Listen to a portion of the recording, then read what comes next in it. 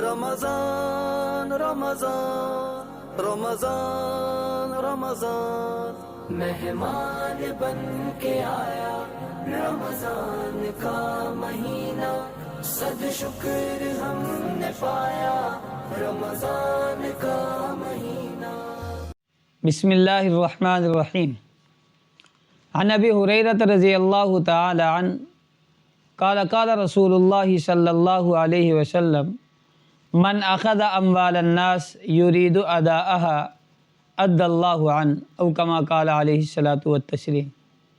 حضرت ابو ہریرہ رضی اللہ تعالی عنہ نبی صلی اللہ علیہ وسلم کا یہ پاک ارشاد نقل فرماتے ہیں کہ من اخذ اموال الناس، جس نے لوگوں کا مال لیا، یرید اداءها، اور اس کی نیت ان کو ادا کرنے کی تھی، ادى اللہ عنہ، اللہ تبارک و تعالیٰ اس کے قرض کی ادائیگی کے اسباب پیدا فرما دیں گے۔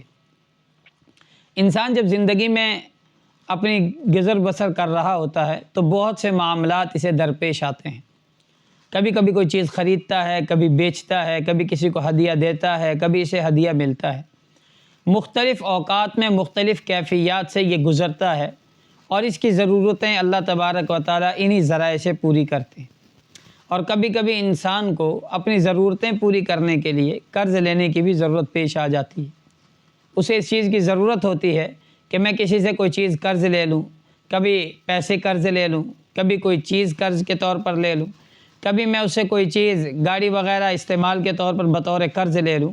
تو یہ چیزیں انسان کے لیے ضرورت کے طور پر استعمال انسان کے لیے ہوتی رہتی ہیں۔ شریعت نے ان کے احکام بھی تفصیل سے بیان کی ہیں۔ قرض کے بارے میں عموماً ضابطہ تو یہی ہے کہ آدمی کو قرض کی عادت نہیں بنانی چاہیے، قرض نہیں لینا چاہیے۔ قرض اچھی چیز نہیں ہے۔ قرض انسان کو جلد مصائب اور مشکلات اور پریشانیوں میں ڈال دیتا ہے۔ اور قرض کے بارے میں آپ علیہ السلام نے جہاں دجال سے پناہ مانگی ہے، جہاں آپ علیہ السلام نے دیگر فتنوں سے پناہ مانگی ہے، اسی طرح قرض سے بھی پناہ مانگی ہے۔ کوشش یہ کرنی چاہیے کہ حتی المقدور ہمیں قرض نہ لینا پڑے، اپنی ضروریات کو، اپنی خواہشات کو دبا لیا جائے، تاکہ جو چیز بغیر قرض لیے پوری ہو سکتی ہے ہم اسے پوری کر لیں۔ لیکن اگر مجبوری بن جائے، قرض لینا ہی پڑ گیا ہے، بیماری آ گئی، مکان لینا پڑ گیا، یا کوئی اور ایسی ضرورت آئی کہ اپنے پاس موجود رقم فوری پوری نہیں ہو سکتی، آدمی کسی سے مدد لے کر، قرض لے کر وہ کام پورا کر دیتا ہے اور بعد میں جیسے ہی اسباب ہوتے ہیں وہ انہیں ادا کر دیتا ہے، تو فرمایا ایسا آدمی قرض لے سکتا ہے۔ قرض لے لے اور قرض کی ادائیگی کی نیت ہو، جیسا کہ میں نے حضرت ابو ہریرہ رضی اللہ تعالیٰ عنہ کی یہ روایت آپ کے سامنے تلاوت کی ہے کہ حضرت ابو ہریرہ فرماتے ہیں من اخذ اموال الناس یرید اداءها، لوگوں سے مال اس نیت سے لیتا ہے کہ یہ مال میں واپس کروں گا، فرمایا ادى اللہ عنہ، اللہ اس کے قرض کی ادائیگی کے اسباب پیدا فرما دیں گے۔ لہٰذا ہمیں اس چیز کی کوشش کرنی چاہیے کہ قرض جب بھی لیں مجبوری کی وجہ سے لیں، اور مجبوری کی لینے کے بعد پھر نیت ہماری ادا کرنے کی ہو، اور قرض لینے میں اور دینے میں ایک معاملہ ضرور کریں۔ قرآن پاک میں ارشاد فرمایا یا ایھا الذین آمنوا اذا تداینتم بدین الی اجل مسمی فاکتبوا، اے ایمان والو اگر تم قرض کا معاملہ کرنا پڑ جائے تو پھر حکم یہ ہے فاکتبوا، اس کو لکھ لو۔ کبھی قرض دینے والا فوت ہو جاتا ہے، کبھی لینے والا فوت ہو جاتا ہے، بعد میں یہ لکھائی ثبوت ہوگی، دلیل ہوگی۔ اور پھر اسی پر بس نہیں فرمایا وَاسْتَشْهِدُوا شَهِيدَيْنِ مِن رِجَالِكُمْ، دو آدمی گواہ بنا لو۔ اور اگر دو آدمی تمہیں نہیں ملتے تو ایک مرد اور دو عورتیں گواہ بنا لو اپنے اس معاملے پر کہ اس نے مجھ سے قرض لیا ہے، میں نے اس کو قرض دیا ہے اور یہ فلاں تاریخ کو واپس کرے گا، اور وقت مقرر کر لیا جائے۔ کیونکہ جب وقت مقرر نہیں ہوتا، جیسے ہمارے یہاں ایک رائج ہو چکا ہے انجانے میں، تو دونوں حضرات کو فکر نہیں ہوتی، اور جب فکر نہیں ہوتی تو ادائیگی کی نیت بھی نہیں ہوتی۔ جب ایک وقت مقرر ہوگا دونوں کو فکر ہوگی، لینے والے کو، دینے والے کو، اور دینے والا جب فکر ہوگی کہ میں نے فلاں تاریخ کو دینا ہے تو وہ اس کی فکر بھی کر لے گی۔ لہذا اس چیز کا بھی فکر کیجیے۔ ہمارے یہاں کیونکہ قرض کا معاملہ اب عام ہوتا جا رہا ہے، اب تھوڑی تھوڑی چیز بھی خریدنی ہے تو ہم نے قرض پر لینی ہے، ہر چیز ہمارے پاس آتی ہے، تو انہی معاملات کے اندر ہم جانے انجانے میں سودی معاملات کر بیٹھتے ہیں۔ رقم دی ہے، بھئی ٹھیک ہے 1 لاکھ روپے دے رہا ہوں، 10 لوں گا، یہ تو صراحتاً سودی ہے۔ اور اس کے علاوہ کئی ایسے معاملات ہم کر بیٹھتے ہیں قسطوں کے کاروبار میں. اب نفس قسط کا کاروبار یہ ناجائز نہیں ہے لیکن شرائط ہے. لیکن اگر اس میں کوئی شرائط کا لحاظ نہ رکھا گیا، شرعی حدود اور قیود کا لحاظ نہ رکھا گیا تو سود کا شبہ آ جاتا ہے. اور سود کے معاملے میں آپ علیہ السلام نے منع فرمایا. عن جابر رضی اللہ تعالی عنہ، حضرت جابر بن عبداللہ راوی ہیں، فرماتے ہیں لعن رسول اللہ صلی اللہ علیہ وسلم آکل الربا و موکلہ. فرمایا نبی صلی اللہ علیہ وسلم نے سود کھانے اور کھلانے والے، یعنی لینے اور دینے والے، کھانے والا جو لے رہا ہے، کھلانے والا جو دے رہا ہے، ان دونوں پر بھی فرمایا وکاتبہ، اور اسی طرح لکھنے والا سودی معاملہ، وشاہدی، اور اس پر گواہ بننے والے، اور پھر اسی پر بکنے کی کہ اس پر لعنت کی. فرمایا ہم سوا، یہ معاملے میں سارے برابر ہیں. گواہی والا بھی اتنا ہی گناہگار ہے جتنا دینے اور لینے والا، لکھنے والا بھی اتنا ہی گناہگار ہے جتنا دینے اور لینے والا. لہذا ہمیں ایسے معاملات سے اپنے بچنا چاہیے. اور جب ہم قرض لے لیں اور ہم سے بعد میں آدمی مطالبہ کر رہا ہے میں میرا قرض واپس کر دو، تو پھر ٹال مٹول نہ ہو. فرمایا مطل الغنی ظلم.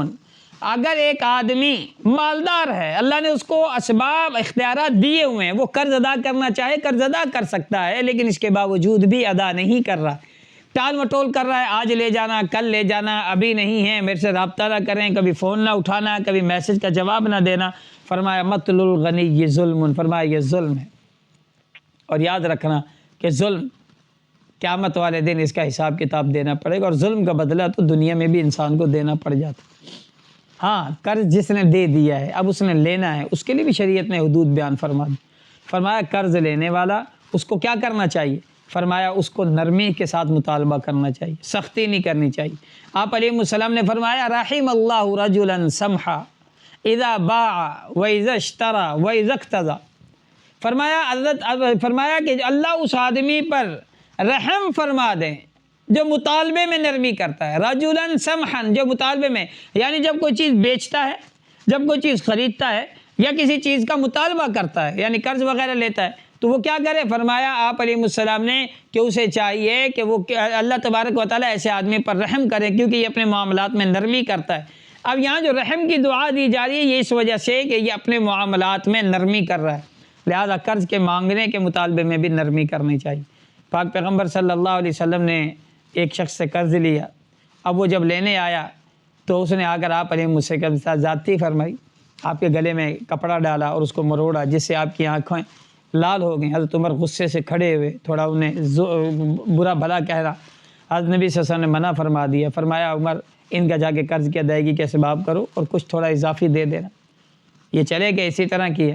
پھر فرمایا کہ اسے آپ کو چاہیے تو اسے کہتے کہ مطالبے میں نرمی کریں، اور مجھے کہتے بھی اس کا حق ہے، اس کو دے دو، کوئی انتظام کر کے دے دو تاکہ وہ مانگ رہا ہے.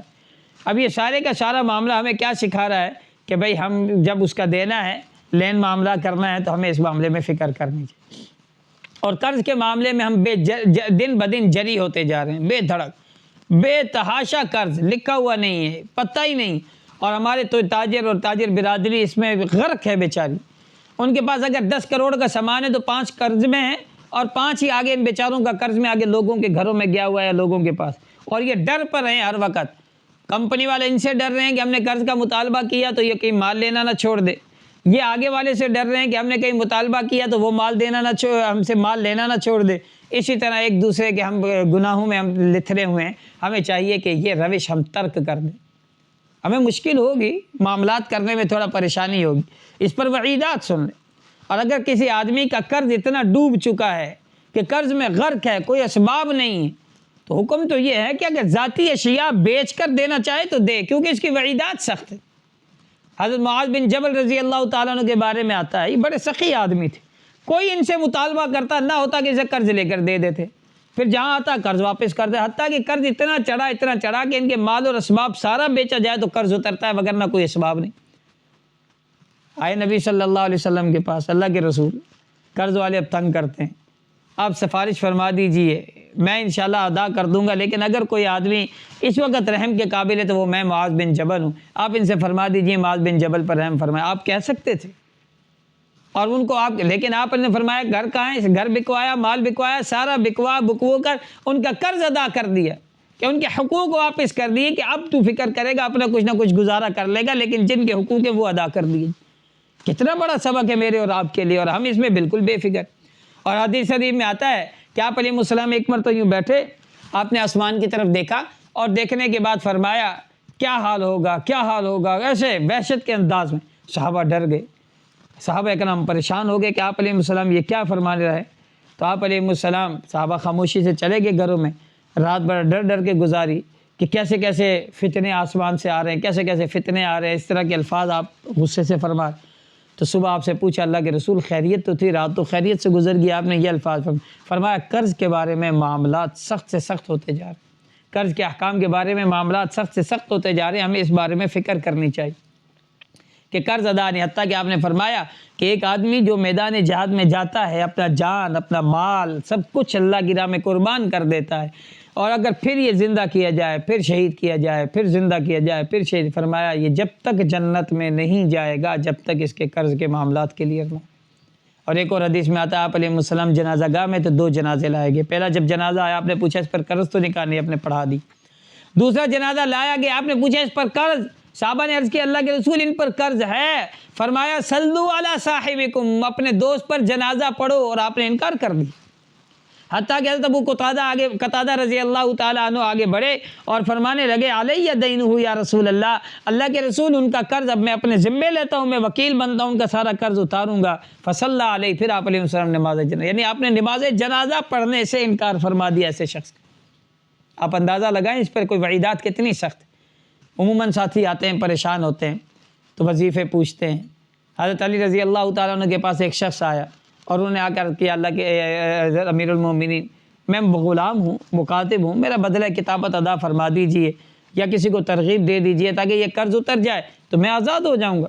آپ نے فرمایا میں تو خود فقیر آدمی ہوں، اب میں تیری کیا مدد کر سکتا ہوں؟ ہاں میں تجھے وہ کلمات سکھا سکتا ہوں جو میں نے براہ راست نبی صلی اللہ علیہ وسلم سے سیکھے ہیں، میں وہ تجھے کلمات سکھا سکتا ہوں، سارے کے سارے وہ کلمات میں تجھے سکھا سکتا ہوں۔ کہا ٹھیک ہے، وہ سکھا دیں۔ انہوں نے پھر یہ کلمات سکھائے کہ مجھے نبی صلی اللہ علیہ وسلم نے قرض کی ادائیگی کے لیے یہ دعا سکھائی تھی، اللہم اکفنی بحلالک عن حرامک واغننی بفضلک عمن سواک، لہٰذا میں تجھے سکھا دیتا ہوں۔ اور بزرگوں نے لکھا ہے اور میرا خود یہ ذاتی مشاہدہ اور تجربہ ہے اس دعا کا اور اس وظیفے کا کہ اگر کوئی آدمی 7 جمعے تک پابندی سے یہ وظیفہ کر لے، 70 مرتبہ پڑھنا ہے، 7 جمعے 70 مرتبہ یہ وظیفہ کرنا ہے، اول آخر 11 مرتبہ درود شریف، انشاءاللہ تیسرے چوتھے جمعے سے اللہ قرض کی ادائیگی کے اسباب پیدا فرما دے۔